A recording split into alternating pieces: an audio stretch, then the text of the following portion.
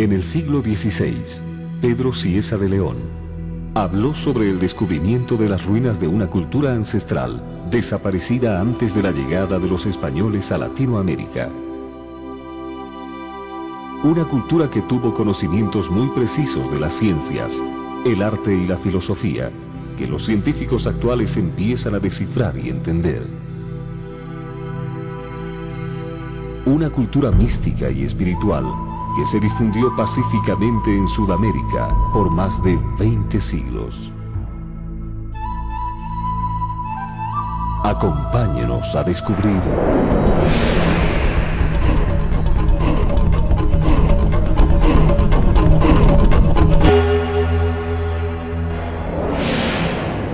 los secretos de Tiwanaku.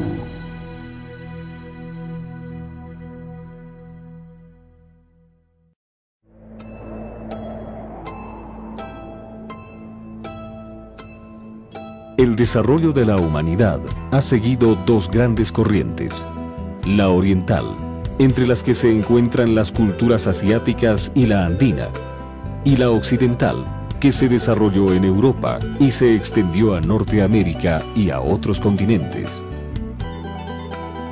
Si bien la cultura occidental y la andina tienen una larga historia que se remonta a más de 15.000 años antes de Cristo, ambas se desarrollaron con características completamente diferentes.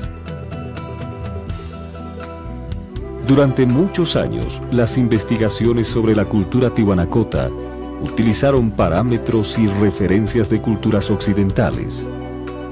Pero desde 1985, el doctor en filosofía Jorge Miranda, junto a un grupo de investigadores y científicos, se dio a la tarea de reinterpretar estos hallazgos, basándose en los conocimientos de la filosofía, la mitología, el idioma, las tradiciones y las leyendas de la cultura andina. Sin lugar a dudas, la cultura tiwanaku es una de las más antiguas y más importantes en América del Sur. Y para poderla entender en su verdadera magnitud, tenemos que utilizar sus principios y categorías expresados en su propia filosofía. Caso contrario, cometeríamos un error de apreciación al utilizar criterios de otras culturas que son ajenas a su contexto cultural. El doctor Miranda vivió en su niñez en una comunidad aymara, conociendo y compartiendo la cosmovisión de los indígenas, lo cual le permitió llegar a ser un yatiri. Pero otra cosa es el yatiri, que es el hombre de conocimiento. No en vano los españoles los persiguieron tanto, ¿no?, los extirpadores de idolatrías. Y el yatiri lo quisieron hacer era parecer como a brujo, ¿no? Los restos arqueológicos de Tiwanaku se encuentran en la provincia Los Andes, a 71 kilómetros de la ciudad de La Paz, sede de gobierno de la República de Bolivia.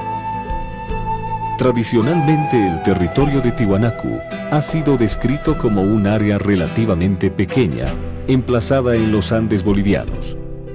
Pero según las nuevas investigaciones, la influencia del pensamiento tiwanacota abarcó un extenso territorio, que cubre desde Cundinamarca en Colombia por el norte hasta la isla de Pascua en Chile hacia el sur, y desde el delta del Amazonas en Brasil por el este hasta las costas del Océano Pacífico por el oeste.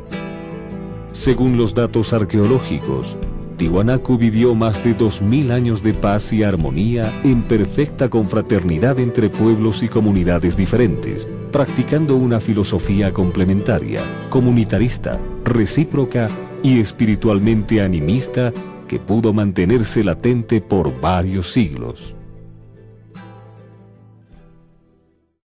Los occidentales ven la historia como una sucesión de fenómenos, donde la tecnología es el principal elemento que sustenta el desarrollo social. Las etapas superadas son parte de la historia y no pueden repetirse en el futuro. De esta manera, se generó el concepto del desarrollo histórico lineal. En la historia de la humanidad, Occidente identifica 5 épocas separadas por eventos y acontecimientos puntuales: la prehistoria, la historia antigua, la Edad Media, la Edad Moderna y la Edad Contemporánea que perdura hasta nuestros días. En cambio, para Tiwanaku, La historia de la humanidad transcurre en épocas que conforman ciclos, donde el principal elemento es el desarrollo social y cultural, que da énfasis a la práctica de las costumbres y la filosofía por encima del desarrollo tecnológico. En esta corriente, los ciclos históricos se dividen en 4 épocas o pachas. La primera época es el Chamaj Pacha, que es la etapa de inexperiencia y búsqueda de una identidad social. La segunda época es el Turu Pacha, o de consolidación sedentaria de la sociedad en aldeas, comunidades, pueblos y ciudades. La tercera época es el Jana Pacha, que es la etapa del apogeo cultural y la expansión de los conocimientos, las ciencias, el arte y la tecnología.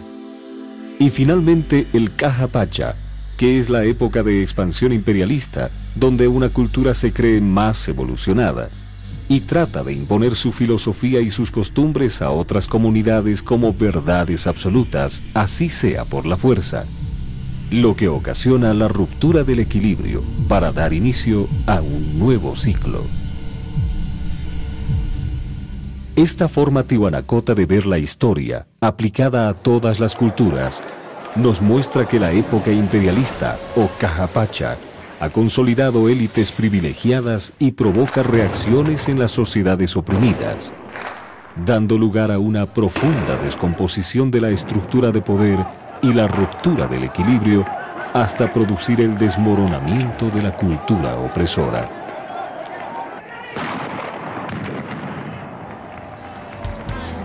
El Pachacuti es la búsqueda de un nuevo orden social, cuyo objetivo es la convivencia armónica de diversas culturas, filosofías y costumbres, en un estado donde todos trabajan para vivir mejor individual y colectivamente.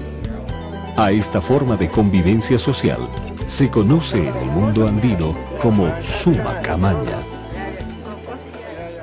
Los occidentales vivieron en guerras y sometimientos continuos que enfrentaron a los pueblos en búsqueda de conquista territorial, explotación irracional de recursos naturales y la imposición de su forma de pensamiento, produciendo el esclavismo, el genocidio y el individualismo como efectos de la supremacía del más fuerte. En cambio, la cultura tihuanacota no dejó evidencias de invasiones ni pueblos sometidos.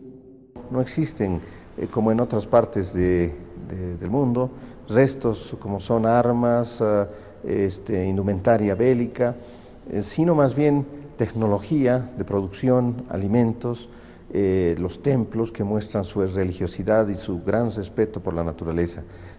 En ninguno de los restos arqueológicos de Tiwanaku se ha encontrado evidencias de violencia, hombres armados, guerras, sometimiento o destrucción. Aunque el Chachapuma, representación de un hombre con cabeza de puma que sostiene la cabeza humana en sus manos, fue inicialmente interpretada como el símbolo de una clase militar guerrera. Los nuevos investigadores atribuyen a esta figura la representación de la superación de la humanidad con la muerte de su egocentrismo, donde el puma representa la inteligencia emocional en complementariedad con la inteligencia racional, y la cabeza decapitada representa la muerte del egocentrismo, ya que no está sangrando, permanece con los ojos abiertos y no se ve el cuerpo del supuesto decapitado. Por otro lado, los restos humanos que se han encontrado hasta la fecha corresponderían a muertes por causas naturales, enfermedades o accidentes. No hay vestigios de genocidio ni de fosas comunes, y los templos y construcciones, al parecer, no fueron destruidos en guerra.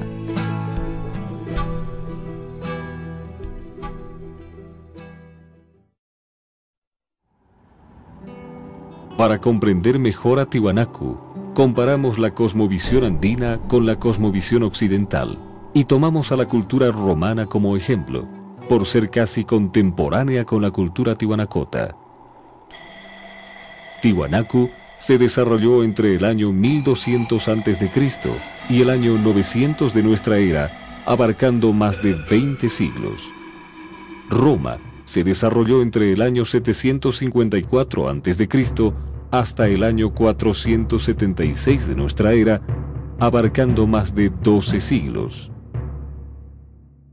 El origen de la cultura tihuanacota se remonta al asentamiento de la cultura vizcachani en el altiplano andino, aproximadamente el año 5000 a.C. Inicialmente los vizcachani dieron origen a las culturas chipaya y urus, que se desarrollaron hasta nuestros días, separadas y paralelas al resto de las culturas andinas y amazónicas. Posteriormente, entre 1400 y 1200 años antes de Cristo, la cultura vizcachani dio origen a las culturas chiripa, huancarani y tiwanaku. En cambio, Roma pasó rápidamente de ser una pequeña aldea a constituir un imperio con un gobierno autocrático que dominaría la península itálica. Según los datos históricos, desde su consolidación, Roma tuvo enfrentamientos armados con sus vecinos para extender su dominio territorial. El importante desarrollo de la política, la mitología, la astronomía, la agricultura, las ciencias, las artes y un fuerte crecimiento militar y armamentista motivaron a Roma a convertirse en un imperio expansionista. Roma expandió su cultura mediante invasiones, conquistas y esclavizaciones armadas que perduraron hasta el año 117 después de Cristo. Esta expansión desenfrenada en Europa y el norte de África provocó conflictos internos y externos que desembocaron en la caída del gran imperio romano el año 476 con la destitución de Rómulo Augusto, el último emperador romano de solo 14 años de edad. Mientras tanto, en Sudamérica nacía la cultura tihuanacota el año 1200 a.C., logrando un importante desarrollo filosófico, científico, social y cultural que dio inicio a una expansión pacífica de su cultura a través de la prédica y el ejemplo. Los tihuanacotas pudieron influir en las comunidades de las serranías y el altiplano, como también en las ubicadas en las tierras bajas del Amazonas, dando lugar al concepto del poliandinismo amazónico. El término poliandinismo amazónico está mostrando una nueva visión de lo que fue el pasado del mundo andino amazónico. Una relación entre los pueblos de diferentes pisos ecológicos. Habría que hablar incluso de pueblos que habitaban la costa, vinculados con pueblos de la región de los llanos, de la selva, de pueblos guaraníes, con pueblos collas o aymaras, y todos ellos constituyendo un tejido social armónico y que fue el motivo para influir a gran parte del continente. Para Jorge Miranda, los tallados con forma de cangrejo de mar del monolito fraile en Tiwanaku son una prueba de esta expansión hacia el Océano Pacífico. Esta hipótesis está reforzada por la presencia de restos arqueológicos tihuanacotas en el valle de Azapa, cerca de Arica, como también en los estratos inferiores de excavaciones arqueológicas en la isla de Pascua, en Chile. Por otro lado, los monolitos Pocotía, descubiertos en el territorio de Tiwanaku, han sido interpretados como habitantes amazónicos, ya que tienen el dorso desnudo, parecen vestir solo taparrabos y sus rasgos físicos se asemejan a los chiquitanos originarios de la región amazónica. Como evidencia viva de esta expansión, las culturas amazónicas de Bolivia, al igual que las andinas, continúan practicando el comunitarismo, la complementariedad de opuestos y el animismo. La tarea de difundir y expandir la cultura tihuanacota estaba a cargo de los amautas y yatiris de Tiwanaku. Los yatiris eran sacerdotes sabios capacitados en medicina tradicional que debían mantener la salud física y espiritual del pueblo, manteniendo el concepto de que no se puede curar el cuerpo sin curar también el alma.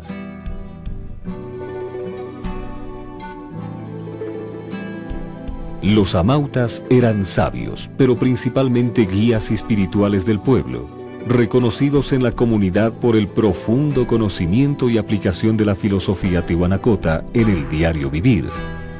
De esta forma, su ejemplo se constituyó en normas de conducta y modelos a seguir gracias a su comportamiento intachable.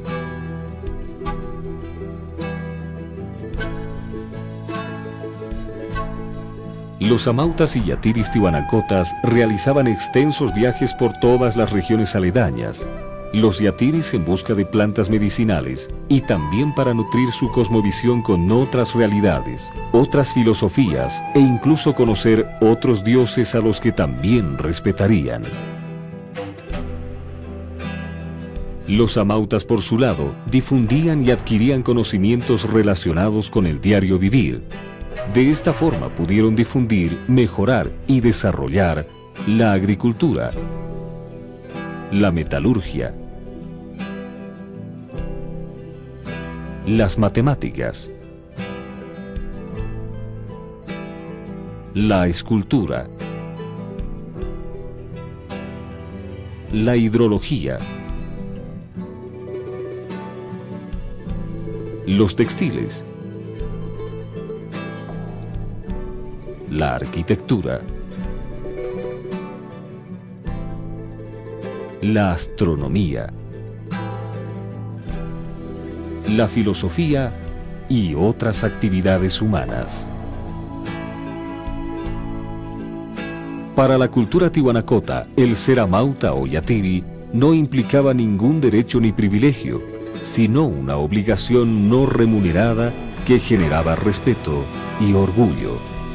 Ambos debían seguir realizando sus tareas cotidianas y comunitarias, pero debían buscar mejorar la calidad de vida de la población, sabiendo que sus errores eran sometidos a la justicia comunitaria y castigados con mayor severidad. Los pueblos amazónicos también practicaron el comunitarismo, la complementariedad de opuestos y el animismo espiritual. En tiempos de paz, las decisiones eran tomadas entre todos los habitantes de la comunidad buscando el mayor beneficio para todos. No tenían gobernantes, pero si había un conflicto entre comunidades, se elegía al más diestro de los cazadores varones para organizar a los comunarios y prepararlos para un enfrentamiento. Los chamanes amazónicos, personas reconocidas por la comunidad por sus profundos conocimientos de la naturaleza, la medicina y la religión, fueron los equivalentes a los amautas y yatiris andinos, ya que, según se sabe, ellos se encargaban de mantener la paz y armonía dentro de la comunidad y con otras comunidades. La recopilación histórica afirma que los chamanes amazónicos se adentraban en la selva durante meses en busca del contacto con sus dioses y con otras comunidades, dejando evidencias arqueológicas de que estos encuentros se realizaban en el centro ceremonial de Tiwanaku. Al igual que los andinos, los amazónicos también creían en el animismo. Tenían protectores y dioses de la naturaleza conocidos como hichis, que les proporcionaban protección y alimentos necesarios para su supervivencia. Uno de los pocos hichis que todavía se recuerda en la actualidad es el Yaritus o dios pío de los cazadores.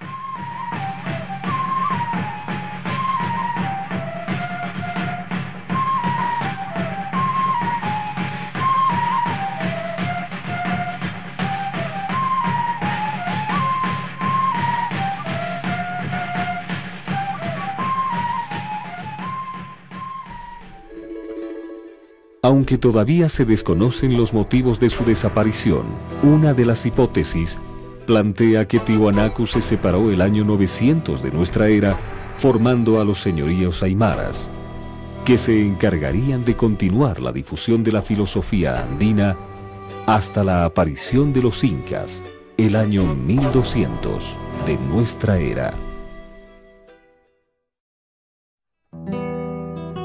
la expansión de Tiwanaku se caracterizó por influir a las comunidades de gran parte de Sudamérica mediante la difusión de los conocimientos y el ejemplo de vida, creando un imperio pacífico y armónico de respeto y unidad.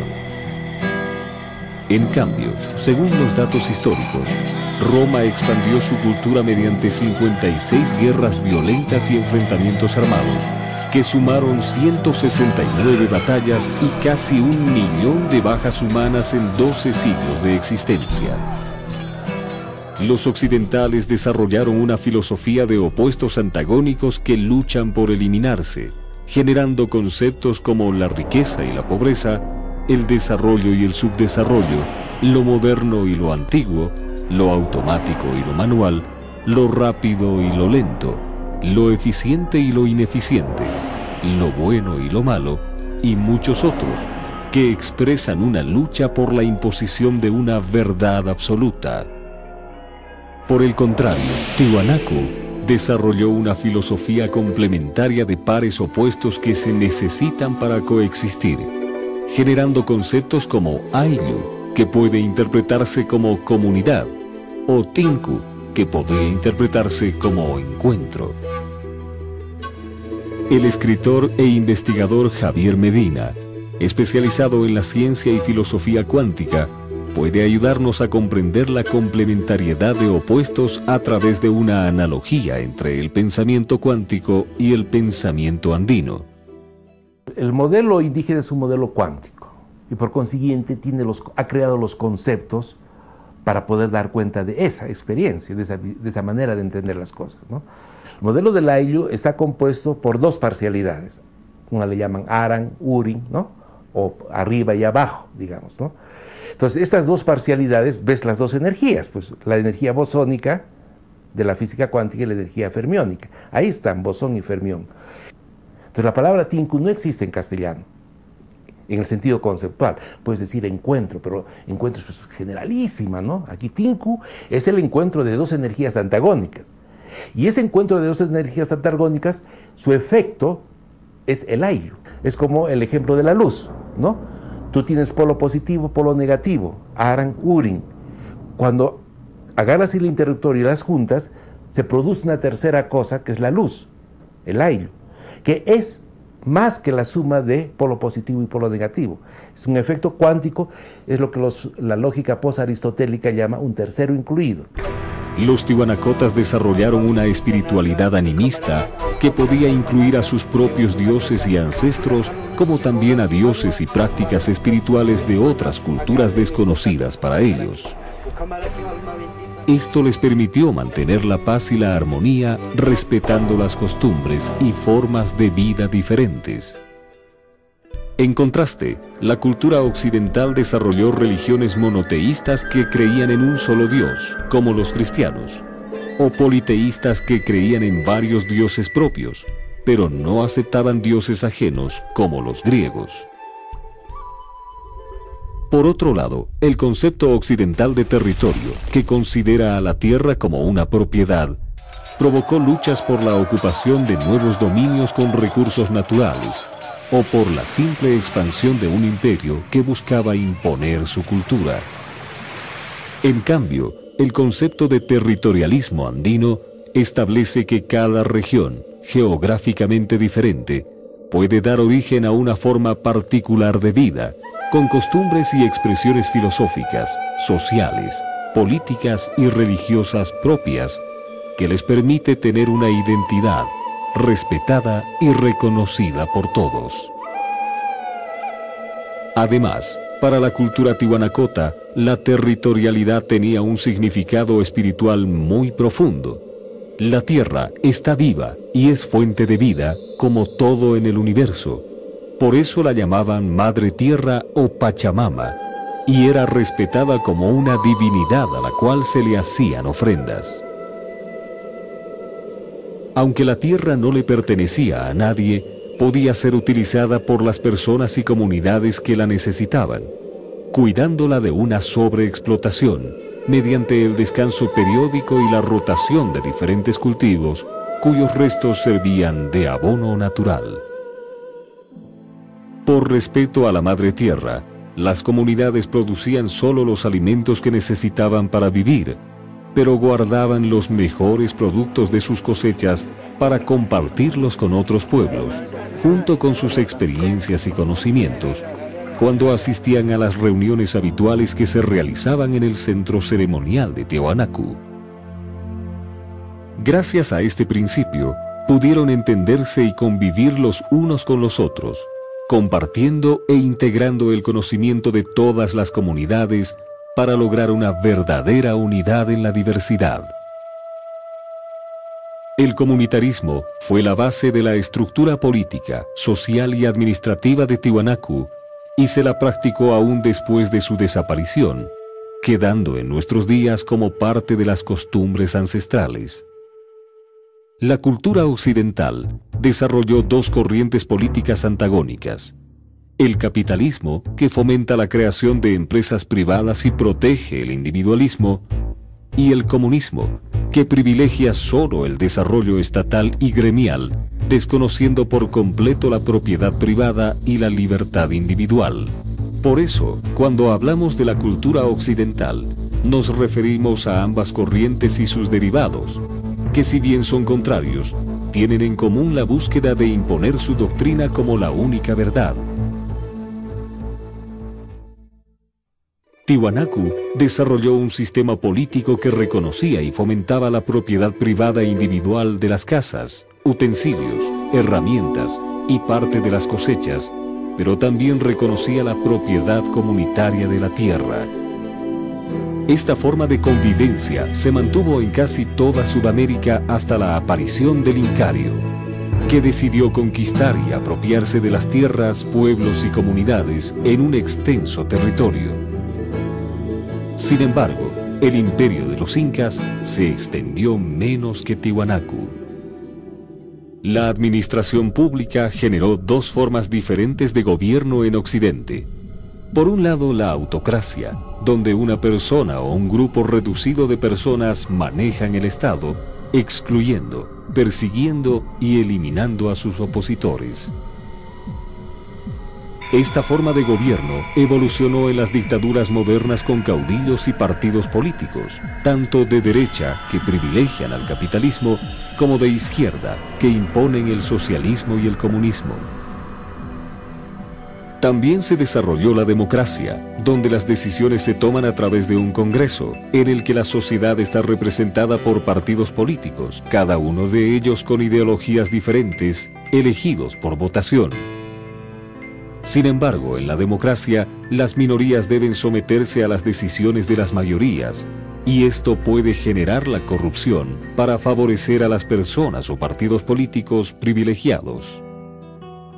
Mientras que en el comunitarismo tihuanacota, cada sociedad tomaba decisiones en consenso, guiada por un consejo de amautas o chamanes u otros sabios en todas las comunidades y etnias que seguían la filosofía andino-amazónica.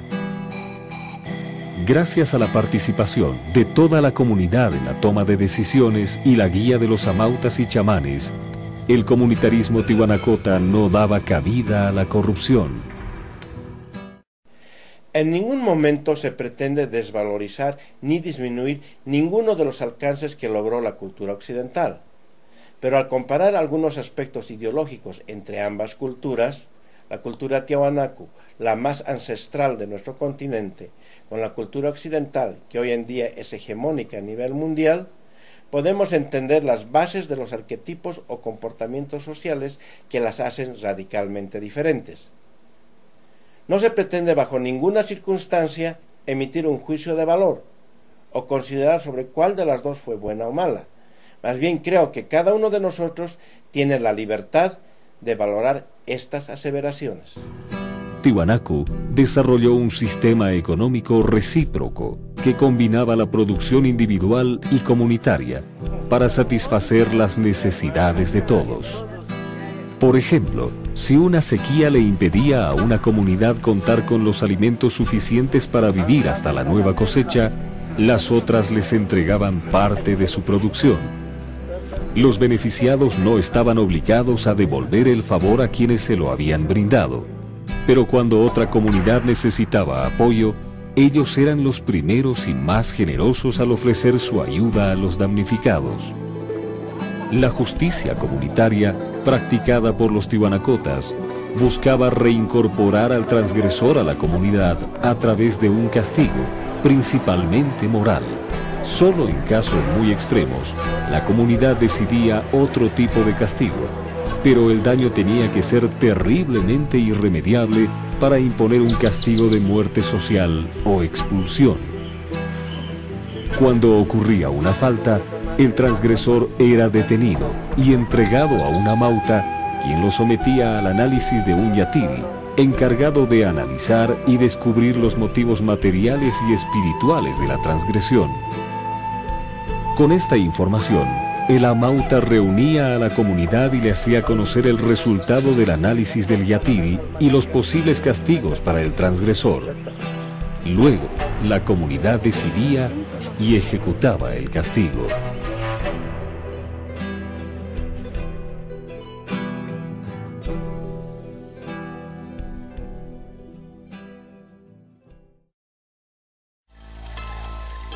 La filosofía tiwanacota se irradió pacíficamente a gran parte de Sudamérica, gracias a la aplicación de 4 de sus conceptos principales: la complementariedad de opuestos, el animismo espiritual, la territorialidad y el comunitarismo, dando como resultado la convivencia pacífica de disímiles.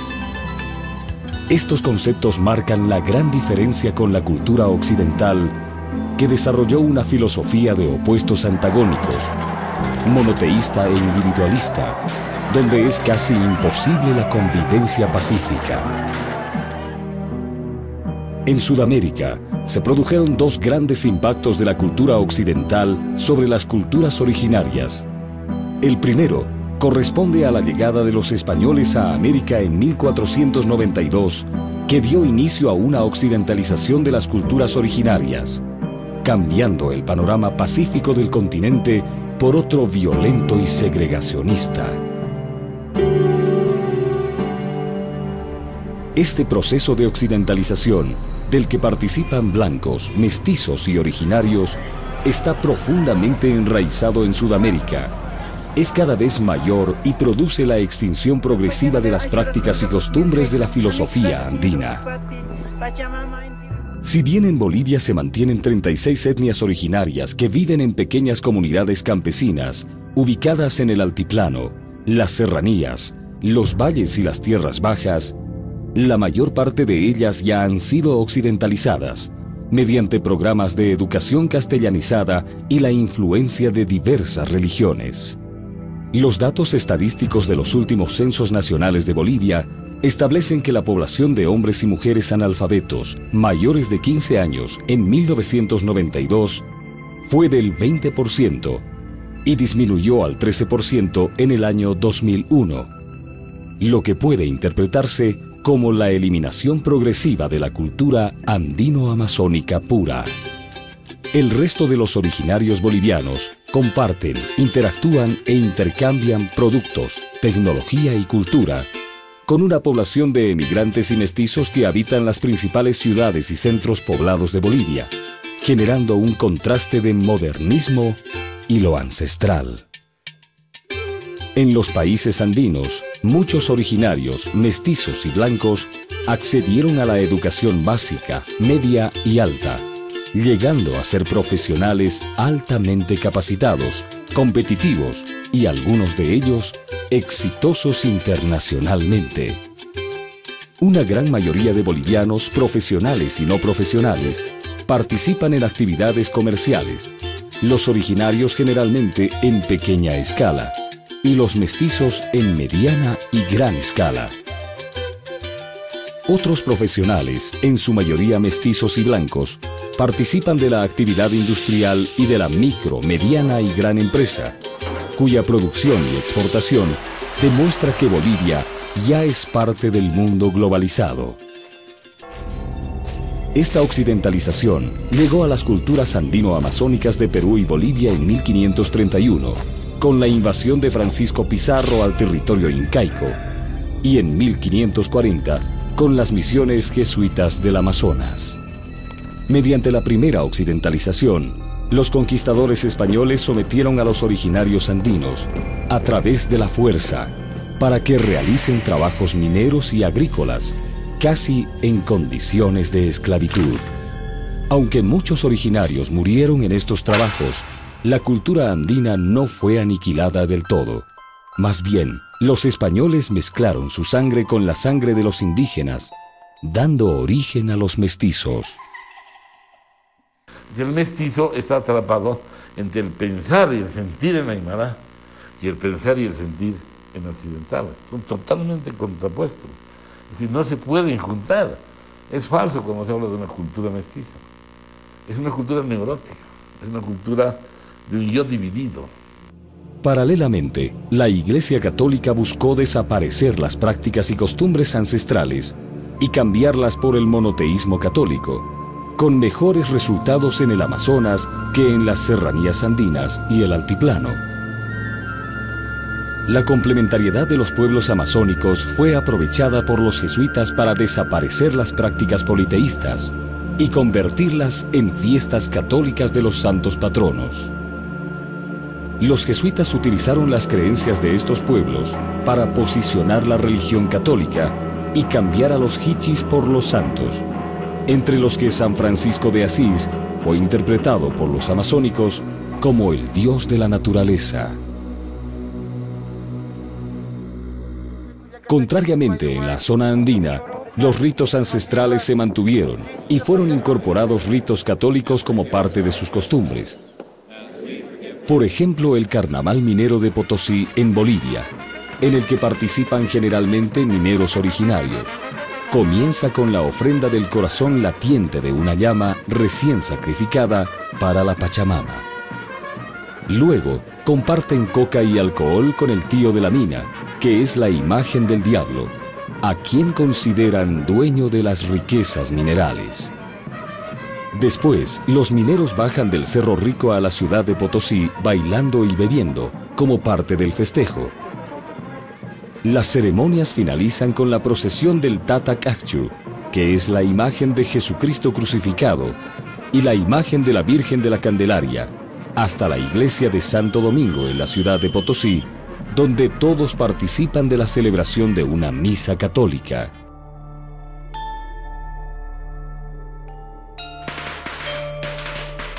Ritos ancestrales como la coa, la chaya y el agradecimiento a la Pachamama se mantienen hasta nuestros días y son practicados también por mestizos y blancos en muchas ciudades y pueblos de Perú, Bolivia y Ecuador. El segundo impacto de occidentalización sobre los pueblos andinos llegó de la mano de los mestizos, que iniciaron las guerras de independencia en busca de un mayor protagonismo en la administración estatal. Aunque contaron con la ayuda de los indígenas y originarios en estas guerras, durante la vida republicana de sus países, se creó una clase gobernante que abusó del poder político y militar en beneficio de intereses personales, familiares y de grupos de poder, olvidando y excluyendo casi por completo a los indígenas y originarios. Esta actitud segregacionista provocó reacciones, no solo en los campesinos originarios, sino también en los mestizos pobres de las ciudades, que culminaron con la conquista de beneficios sociales como reformas agrarias, acceso a la educación y otros, que sin embargo no solucionaron los problemas de representatividad y reconocimiento de las culturas originarias. Esta unión de los mestizos pobres y campesinos originarios emergió como una fuerza política de importancia en Bolivia, con la elección del primer presidente indígena.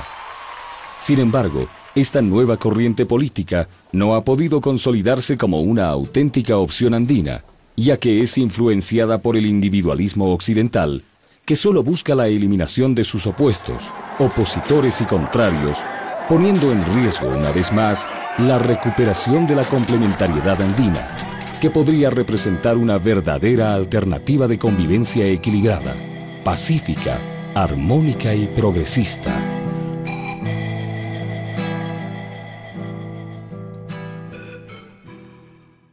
En los países andinos como Bolivia, Perú, Ecuador y Colombia, las culturas ancestrales se complementaron con la cultura occidental, corriendo el riesgo de la desaparición de su filosofía originaria.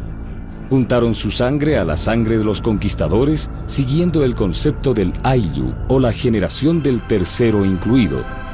Aceptaron la alfabetización, aun cuando ésta significaba dejar de practicar y olvidar sus propias lenguas nativas. Incursionaron en el libre comercio y la actividad empresarial, alineándose en la competencia y la globalización, olvidando casi por completo el respeto a la naturaleza y la solidaridad. Cayeron en las prácticas de la democracia por medio de partidos políticos alineados a la cultura occidental, olvidando la filosofía tihuanacota, que establecía acuerdos de consenso pleno, orientados y dirigidos por los sabios y guías espirituales.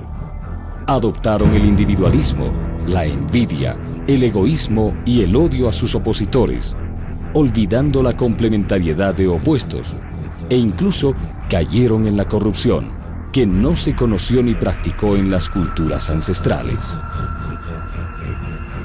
Los mestizos llegaron al poder con la ayuda de los indígenas y originarios, pero no permitieron su participación en la constitución de los países a los que pertenecían. Este hecho puede ser observado en el contenido de las constituciones políticas de los países latinos que formaron parte del Incario, ya que ninguna recupera los principios complementarios de la filosofía andina. En Bolivia, tras haber ganado las elecciones con un 54% de la votación, el 22 de enero del año 2006, Evo Morales, un hombre de origen aymara, fue posesionado como presidente de la República, como resultado de un proceso electoral basado en las prácticas y costumbres de la cultura occidental. Pero un día antes, el sábado 21 de enero de 2006, guías espirituales, enviados de pueblos indígenas originarios de Bolivia y otros países, y representantes de organizaciones sociales de Latinoamérica, junto a otras miles de personas de diferentes regiones y países del mundo, se congregaron en el centro ceremonial de Tiwanaku para participar de un rito ancestral organizado por el Consejo de Amautas de Bolivia. En esta ceremonia, los sabios andinos, mirando hacia el sur, pidieron a sus dioses y ancestros que doten al nuevo presidente de la capacidad de lograr un buen manejo económico. Del este, pedían que retome las bases y principios de paz, armonía y complementariedad de la antigua cultura tihuanacota. Del norte, los amautas pidieron la comprensión y el compromiso de los diferentes sectores sociales de Bolivia para que apoyen y acompañen el retorno al equilibrio. Y finalmente del oeste, pidieron que Evo Morales se despoje de todo prejuicio y egolatría para que pueda encaminar un Pachacuti que incluya y proteja a todos los bolivianos por igual. Hay un compromiso. Y este compromiso ya no es físico, ya no es con el hombre, ya es con el ancestro, ya es con la energía de la vida, con el gran espíritu, con el gran Contixi, Huiracocha, Pacha y Atichiri, es con el ordenador de la vida ya. El proceso de Pachacuti debía contar con la participación de sabios y guías espirituales de las culturas originarias y de la cultura occidental que conviven en Bolivia, para dar inicio a la construcción de un nuevo orden social, en el cual todas las personas de las ciudades, comunidades, pueblos y etnias, con idiosincrasias, cultura, filosofía, desarrollo económico, avances tecnológicos y formas de vida diferentes, puedan convivir en paz y armonía, desligados de cualquier imposición. Si este mandato se cumpliera, no tendría por qué existir la confrontación entre opuestos, la división del país o el avasallamiento.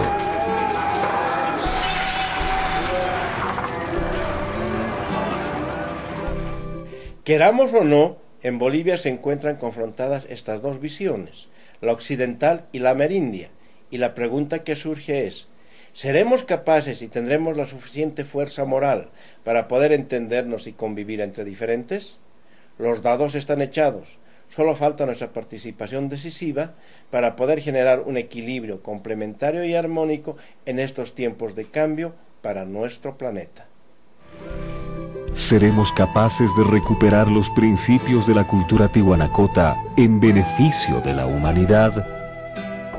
¿O nuestros caprichos nos harán cómplices indiferentes de su extinción? Todavía queda mucho por develar cuando sigamos descubriendo los secretos de Tiwanaku.